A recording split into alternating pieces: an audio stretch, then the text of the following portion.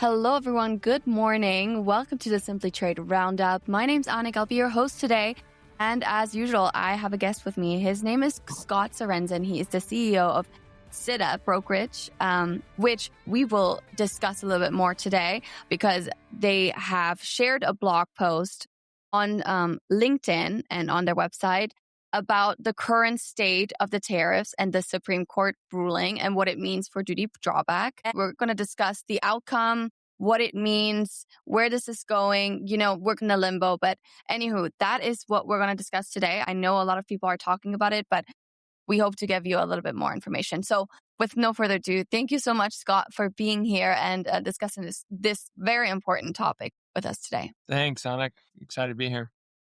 Great. I know. I'm sure you're having a busy day, busy weekend since Friday. I mean, a lot has happened. It's crazy. Why do these things happen on a Friday? Yeah, just to torture us, I guess. But we're eager to be here and share with your listeners and with a lot of people have a lot of questions out there. So we're hoping that we can help answer some of those questions. There's still a lot of unknown, but we would love to help discuss next steps. Right. So let's get down to the details. So what we know now is the Supreme Court held that the president went beyond his authority by using the International Emergency Economic Powers Act, what we call IEEPA, to impose broad revenue-raising tariffs. We've seen the repercussions of that the entire past year.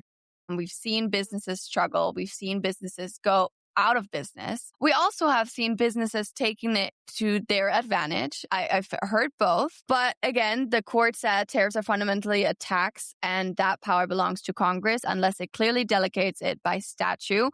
So we are here now. What was your initial thought on that once the Supreme Court said, this is unjust? Yeah, initial thoughts, it was tough because going into it over the last several months, as we knew the Supreme Court was hearing this, it felt a little bit like a 50-50 jump ball where this could go either way. But ultimately, I think more than anything, some of it was the timing was a little surprising. A lot of us were expecting that we would hear something in December. When that time came and went and we didn't hear anything, we thought the next time we would hear it might be in later this spring. The timing kind of surprised us a little bit just coming out on a Friday, mid-February. But as far as the ruling, again, we felt like it could go either way. Yeah, I think a lot of people were not sure on it. You would see a lot on LinkedIn. There was a lot of chatter all the time. And so here we are now. They obviously said it's injustice. The president came back not loving the idea of it, obviously, because he was the one who put this in place. And if someone destroys what you put in place, that is not something that's going to make you happy. But unfortunately, that is the ruling and we have to accept. Though it was said that now, I'm not sure when this will get in place. I think I'm getting ahead of myself, but I'm just kind of describing the situation, is that 15% on global trade, right? That's what he said, tariffs. Yes, that's right. I'm not sure exactly, but we can get to that later. That way we kind of go over what is now. So they obviously described this injustice. So what is now? Which tariffs introduced during Trump's second term have been impacted? Yeah, so what this impacts are two different types of tariffs. The first ones that he implemented early in 2025 are often referred to as the drug trafficking tariffs. Those were initially imposed on Mexico, Canada, and China. Those were a 25% tariff that were based on this fentanyl emergency declaration that was put in place about a year ago. And then a few months later, on this Liberation Day, the Trump administration announced what they called the reciprocal tariffs, in which they, again, under the IEEPA powers, they said that this is an emergency, that we need to declare these tariffs. And those had a wide range, a minimum of 10%, but some of them going much higher than that based on a trade imbalance with some of these international trade partners. So the IEEPA ruling from the Supreme Court invalidated those two tariffs that were introduced last year, the reciprocals and the drug trafficking or fentanyl tariffs. Yeah. It's funny because I feel like there's buckets of tariffs. That's how they kind of describe. So you can put them into the bucket of the IEEPA bucket. That's obviously been knocked down. And then there's the 301, 232 buckets. Right. And, it's so funny. Because it's not just, when we talk about tariffs, we see it as one and we're like, oh yeah, they're just tariffs, but they're just different tariffs Right. still. You're right. And it's interesting because the Section 232 and Section 301 tariffs were implemented by President Trump in his first term back in 2018, 2019 is when we saw those implemented.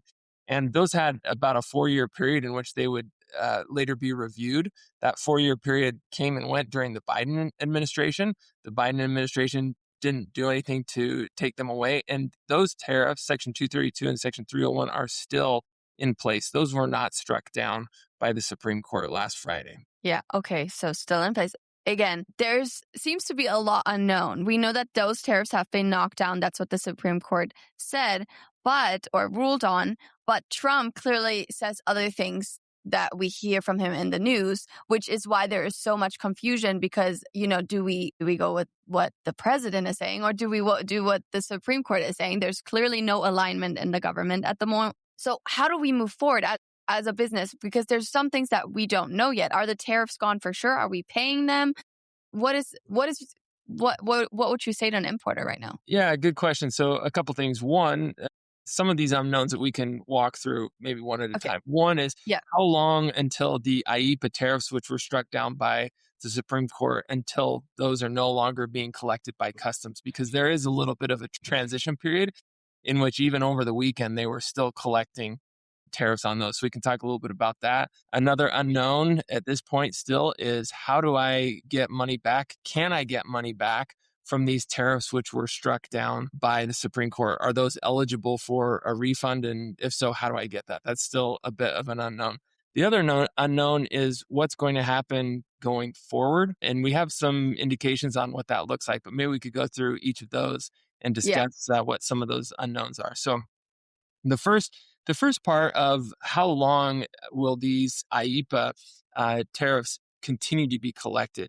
And we didn't know that over the weekend, but we did hear that they will no longer be collected on goods entering into consumption or withdrawn from warehouse for consumption on or after 12 a.m. Eastern on February 24th, 2026. So at that point is when the IEEPA tariffs will no longer be imposed and will no longer be in effect. So that's one clarification that we didn't have on Friday when this announcement was made, is how long. But it looks like as of 12 a.m. Eastern on the 24th of February is when they will no longer be imposed.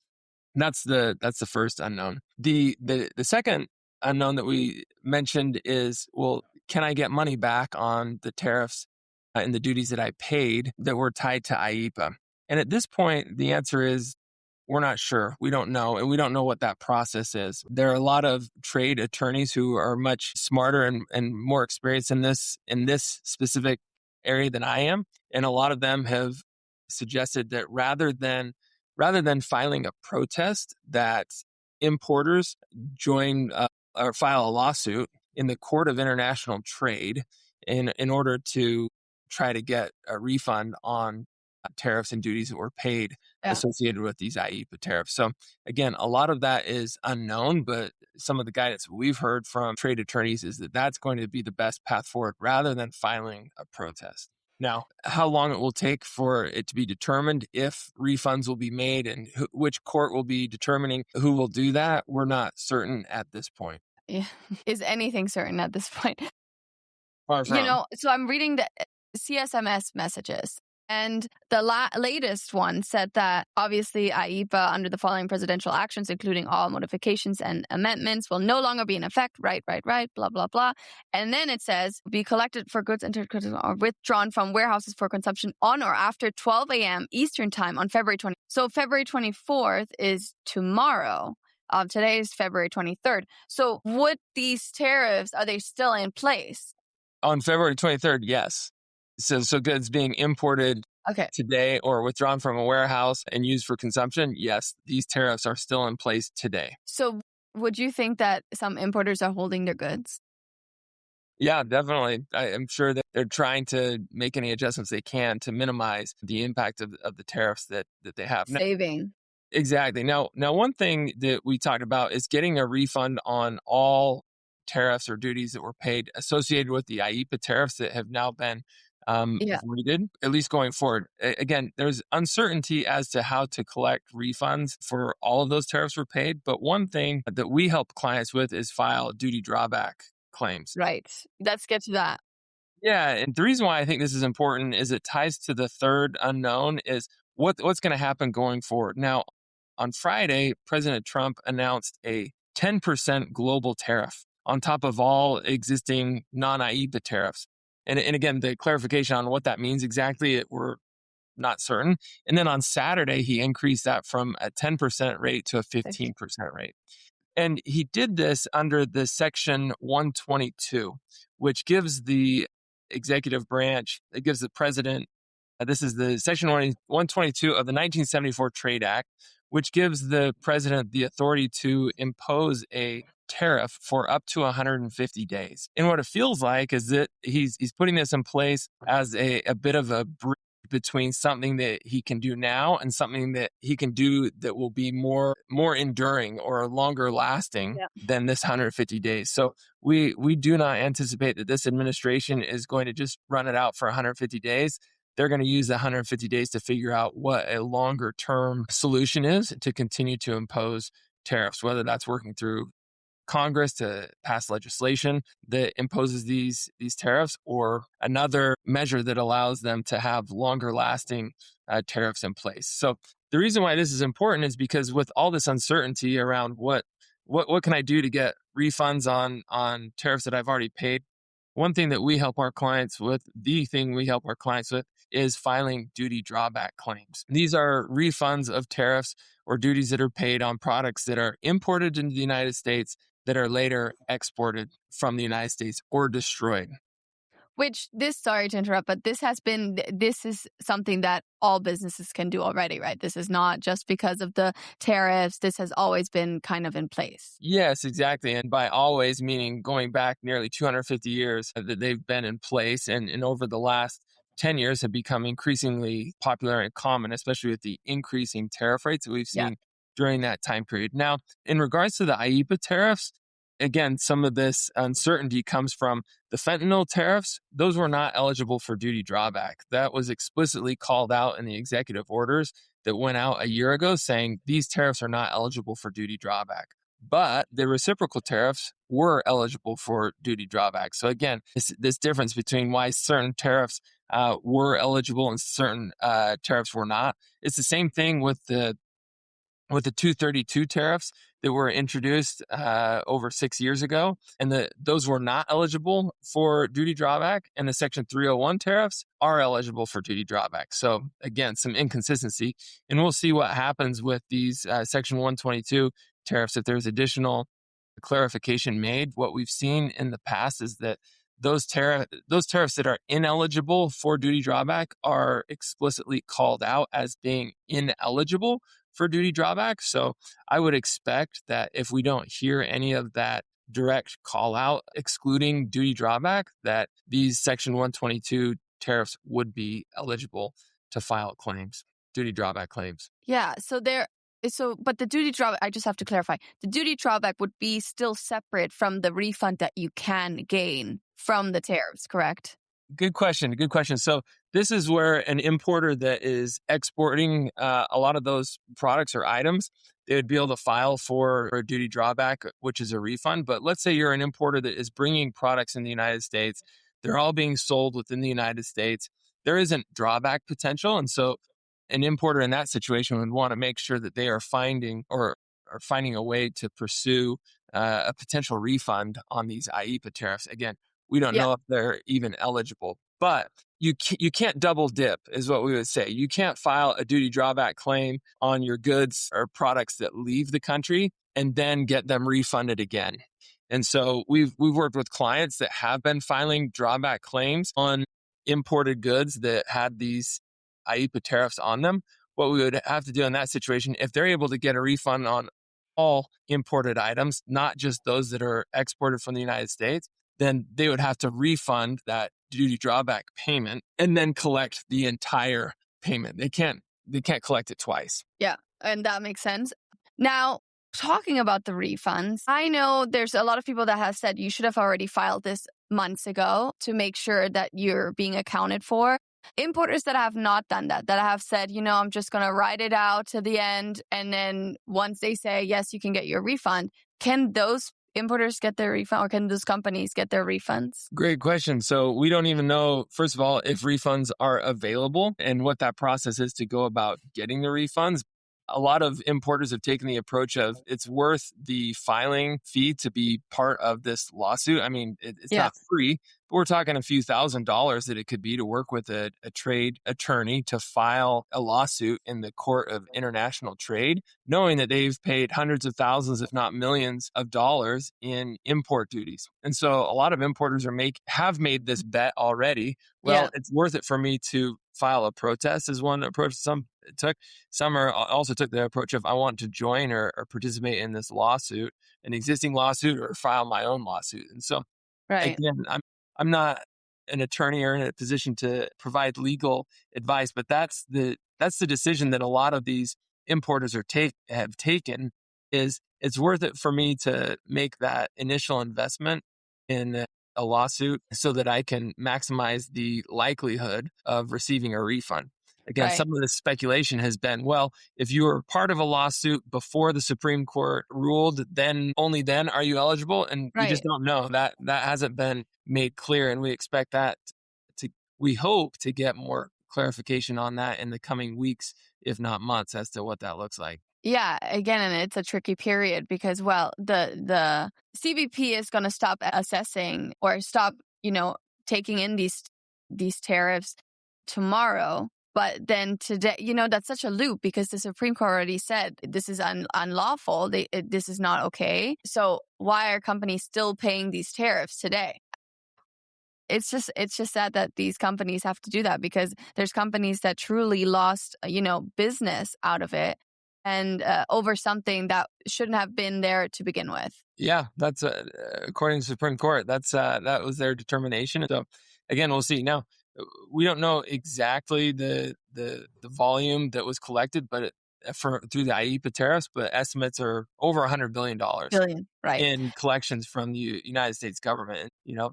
The ability to even repay that comes into question in terms of the feasibility of this. Now, if the court rules that it has to, then I want to ask one more question. So you touched on duty drawback. Obviously, that's your specialty. For businesses without a drawback program, does it make sense to move forward now and reclaim that duty drawback, or where do they start? Great question. So our answer is going to be yes, because again, we expect additional tariffs to be put in place going forward. And we expect the Trump administration to find more permanent ways to implement this. You heard a lot of that in the president's remarks on Friday. A lot of, I'd say, the vigor for figuring out a longer term and potentially more costly tariff program, in his words, that would bring in more revenues to the United States, longer term solution that they would be working to implement. So we absolutely advise our clients to put a drawback program in place that would help them not only with previously paid duties and tariffs, but going forward. One thing that is really powerful about a drawback program is that it's a tariff mitigation strategy that allows you to go back retroactively and collect refunds. There's a lot of other tariff mitigation strategies like free trade zones or direct sourcing or changing where you're sourcing from that can minimize tariffs, but duty drawback is one that allows you to make changes or get refunds going back historically rather than just on a go-forward basis. So that's one reason why duty drawback programs can be really useful for importers. The other reason why we encourage clients to continue moving forward in establishing a drawback program is because it can take time. It can take time not just to get the program set up, but to get approved by customs. And what that means is you can't collect the refund until your program has been approved by customs. That's something that we work with our clients to develop and implement. And because it takes time, we want to make sure that our clients are at the front of the line in that approval process so that when tariffs continue to change and be implemented, they're able to not just file drawback claims, but to collect the refunds from the government. Yeah. Well, I think that sounds hopeful. I think, yeah, for importers, if you are able to, you should definitely still go for it, as you just said and explained. And we're still waiting for certain answers from the Supreme Court, not really from the Supreme Court, just in general from the top, right? And hopefully we'll get that coming the next few weeks. I don't know. You said months, and that scares me because doing business in this kind of limbo, I mean, I couldn't imagine. That just sounds terrible. And it sounds like you're throwing your money out for something that you don't even know, you have to pay, especially if these 15% come in place. I don't know when they will come in place. I don't think they have shared that, right? Good question. My understanding was that it went into order almost Already. immediately. Okay, so on top of what you're still paying, because you're still paying IEEPA today. So if you're paying IEEPA today plus the 15%, I'm so sorry. Yeah. Yeah. And a lot of this it comes down to maximizing option value. Again, some importers said, yeah, we're going to file a lawsuit before we even hear from the Supreme Court because we want to maximize our option value in terms of being able to get a refund. We view a drawback program as does it make sense to continue to develop a program or whatever? That, again, maximizes option value. It's not the cost of establishing a drawback program is some time, but there's minimal filing fees with customs to submit a privileges application to receive drawback funds. And so it's a time investment, but doing that can, again, set importers up for future success to make sure that they're able to collect on those products that come in and later leave the country. I guess this is the only outlook that we have in the current state that we're in. I want to thank you so much for coming on and laying out the field, giving better details to what importers can do now. And it sounds a little bit hopeful. Obviously, it's stressful and very uncertain, but hopefully we'll get more details and more clarity within the next coming weeks. I hope you have a not so stressful day. I know that's probably not possible in this situation at the moment. And if you're listening, thank you so much. I truly appreciate it. Next week, we'll be back with hopefully more updates. And that is all I have for you today. Thank you so much, Scott. And I hope to see you back soon. Thank you, Annik.